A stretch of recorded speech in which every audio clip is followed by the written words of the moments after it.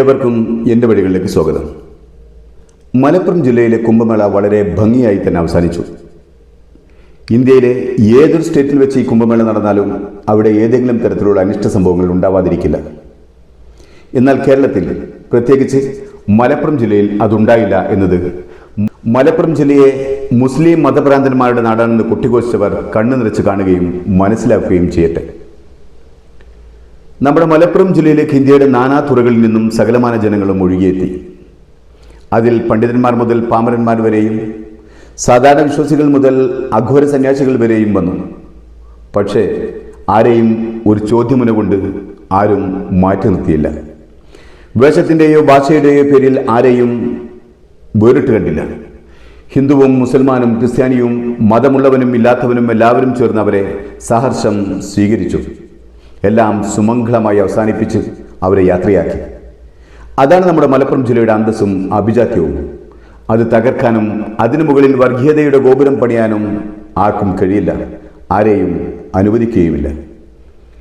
കേരളത്തിനുള്ളിൽ നിന്ന് തന്നെ മലപ്പുറത്തെ പാകിസ്ഥാനാക്കിയവരും ഇന്ത്യയുടെ വടക്കൻ സംസ്ഥാനങ്ങളിൽ നിന്ന് അത് ഏറ്റുപാടി മലപ്പുറത്തെയും മലപ്പുറത്തെ മാപ്പിളമാരെയും വർഗീയവാദികളായി ചിത്രീകരിച്ചവരുമുണ്ട്.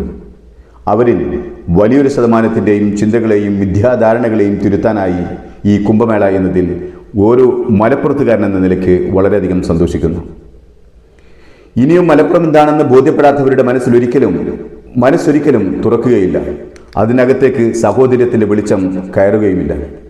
ഇനി മറ്റൊന്ന്, ഇതിനൊരു എതിർവശം കൂടിയുണ്ട്.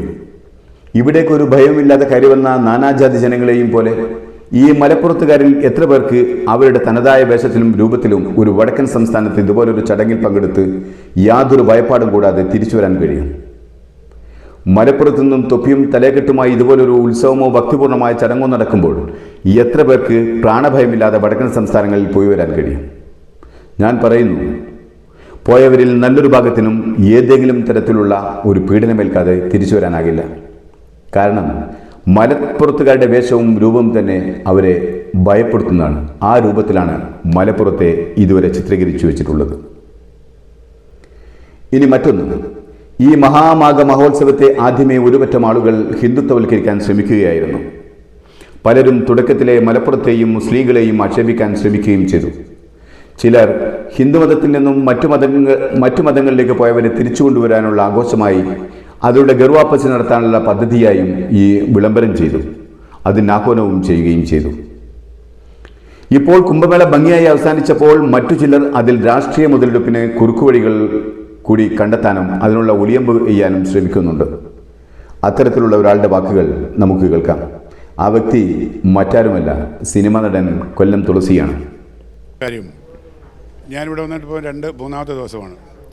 ഈ പുറത്തുള്ള രാഷ്ട്രീയക്കാരും പുറത്തുള്ള ചില മതമൗലികവാദികളൊക്കെ പറയുന്നതിനൊക്കെ എതിരായ ഒരു അനുഭവം എനിക്ക് ഇവിടെ വന്നത്. ഇവിടുത്തെ മുസ്ലിം സഹോദരങ്ങൾ, ഇവിടുത്തെ ഇതര സമുദായക്കുള്ള ആളുകൾ ഇതിനെ നെഞ്ചിലേറ്റി അവർ നടക്കുന്നത്. മാമാങ്കത്തിന്, ഈ നടക്കുന്ന മഹാമഹോത്സവത്തിന് നെഞ്ചിലേറ്റി അവർ സർവാത്മന അവരെ സഹായിച്ചുകൊണ്ടാണ് നിൽക്കുന്നത്. ഈ ഒരവസ്ഥയാണ് എനിക്ക് ആദ്യം തോന്നുന്നത്. എനിക്ക് തോന്നുന്നു തീർച്ചയായിട്ടും നമ്മൾ പ്രതീക്ഷിക്കുന്ന ഒരു ഭരണം വരാൻ ഇവിടുത്തെ മുസ്ലിം സഹോദരങ്ങൾ നമ്മളെ സഹായിക്കുന്നുള്ളതാണ് എൻ്റെ ആദ്യത്തെ തോന്നൽ ഇവിടെ വന്നപ്പോൾ. തുളസിച്ചേട്ടൻ പറയുന്നത് കേട്ടില്ലേ? ഇതുവരെയും തുളസിച്ചേട്ടനെയും അങ്ങനെ പോലുള്ളവരെയും തെറ്റിദ്ധരിപ്പിച്ചു കൊണ്ടിരിക്കുകയായിരുന്നു അത്രേ ഇവിടുത്തെ ഹിന്ദുത്വവാദികൾ. മലപ്പുറം തീവ്രവാദികളുടെ നാടാണെന്നും ഹിന്ദുക്കളെ ഉൾക്കൊള്ളാത്തവരുടെ നാടാണെന്നും.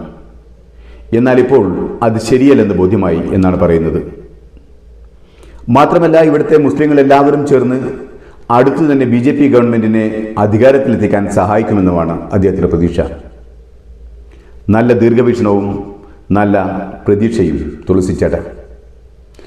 മലപ്പുറത്തുകാർ തീവ്രവാദികളാണെന്നും അക്രമകാരികളാണെന്നും മലപ്പുറത്ത് ഹിന്ദുക്കൾക്ക് ജീവിക്കാൻ കഴിയില്ലെന്നും പറഞ്ഞത് മലപ്പുറത്തുകാരല്ല, അത് മലപ്പുറത്തിന് പുറത്തുള്ള ഹിന്ദുത്വവാദികളാണ്. മലപ്പുറത്ത് ഹിന്ദുവും മുസ്ലിമും ക്രിസ്ത്യാനിയും എല്ലാം ഒന്നാണ്. ഞങ്ങൾ ആർക്കും എതിരല്ല. അതോടൊപ്പം തന്നെ ആരുടെ തീവ്രവാദത്തെയും പ്രോത്സാഹിപ്പിക്കുകയുമില്ല. മറ്റൊന്ന്, ഞങ്ങൾ മലപ്പുറത്തുകാർ കുംഭമേളയെയും മറ്റു മതങ്ങളുടെ വിശ്വാസങ്ങളെയും നെഞ്ചേറ്റുകയും കൂടെ നിന്ന് വിജയിപ്പിക്കുകയും ചെയ്യും എന്നുവെച്ച് ഇന്ത്യ ഹിന്ദു രാഷ്ട്രമാണെന്ന് ആക്രോശിക്കുകയും ഇന്ത്യ ഹിന്ദുക്കളുടേതാണെന്ന് പുലമ്പുകയും ചെയ്യുന്ന BJPയെ അധികാരത്തിലെത്തിക്കാൻ മാത്രം ബുദ്ധിശൂന്യരല്ല മലപ്പുറത്തുകാർ. അവർ വികാരത്തിനൊപ്പമല്ല വിവേകത്തിനൊപ്പമാണ് സഞ്ചരിക്കുന്നത്. പിടിച്ചുകൊണ്ട് വന്ന് അദ്ദേഹത്തെ ഞാനാന്ന് പറഞ്ഞതിനകത്ത് കയറ്റി ഇടിച്ചിട്ടാണ് തിരൂർ വരെ ഏതോ 1.5 മണിക്കൂർ ഞങ്ങളെ ഇട്ടുകൊണ്ട് വരും. അപ്പോൾ അന്നേരമാണ് ഞാൻ അറിയുന്നത്. ഞാൻ പേര് വെച്ചാൽ ഷംസുദ്ദീൻ എന്ന മറ്റേ പേര് പറഞ്ഞു. അപ്പോൾ ഞാൻ ചോദിച്ചാൽ 250 രൂപ മേടിച്ചു. ഞാൻ ഒരു 1000 രൂപ എടുത്ത് പോക്കറ്റ് ഇട്ടുന്നത്. 1000 രൂപ ചോദിച്ചാലും കൊടുക്കാം. കാര്യം എന്താ, അയാളെ വലിയ മനസ്സിന് ഇത്ര നേരം സഹകരിച്ച് പോകുന്ന ഒരു ജനവിഭാഗമാണ് ഇവിടുത്തെ ഇതര സമുദായക്കാരെന്ന് എനിക്കിപ്പോൾ ഇവിടെ വന്നതിന് ശേഷമാണ് ബോധ്യം. എനിക്കല്ല, എൻ്റെ കൂടെ പലർക്കും ബോധ്യപ്പെടാൻ പോവുകയാണ്. അതുകൊണ്ട് തന്നെ ഞാൻ ഉറപ്പിച്ചു പറഞ്ഞു, ഇവരുടെ സഹായം തീർച്ചയായിട്ടും ഈ ഭരണക്രമത്തിൽ മാറ്റമുണ്ടല്ലോ, നമ്മൾ പ്രതീക്ഷിക്കുന്ന ഒരു മാറ്റം സംഭവിക്കുന്നതാണ് എൻ്റെ വിശ്വാസം. ഈ പതപ്പിക്കൽ കൊണ്ടൊന്നും കേരളം പോക്കറ്റിലേക്ക് വരില്ല. അണ്ണൻ പതപ്പിച്ച് ഒളിപ്പിച്ചാലൊന്നും മലപ്പുറം ജില്ല കാവിയൊടുക്കുകയുമില്ല. ഇവിടെ ഹിന്ദുവും മുസ്ലിമും ക്രിസ്ത്യാനിയുമെല്ലാം ദീർഘവീക്ഷണമുള്ളവരാണ്. അവർ ഹിന്ദു രാജ്യത്തെയല്ല സ്നേഹിക്കുന്നത്. എല്ലാവരും ഒരു കുടുംബമായി കഴിയുന്ന ഇന്ത്യയാണ് അവരുടെ മനസ്സിലെന്നും. അതിലൊരു മാറ്റവും ഉണ്ടാവുകയില്ല.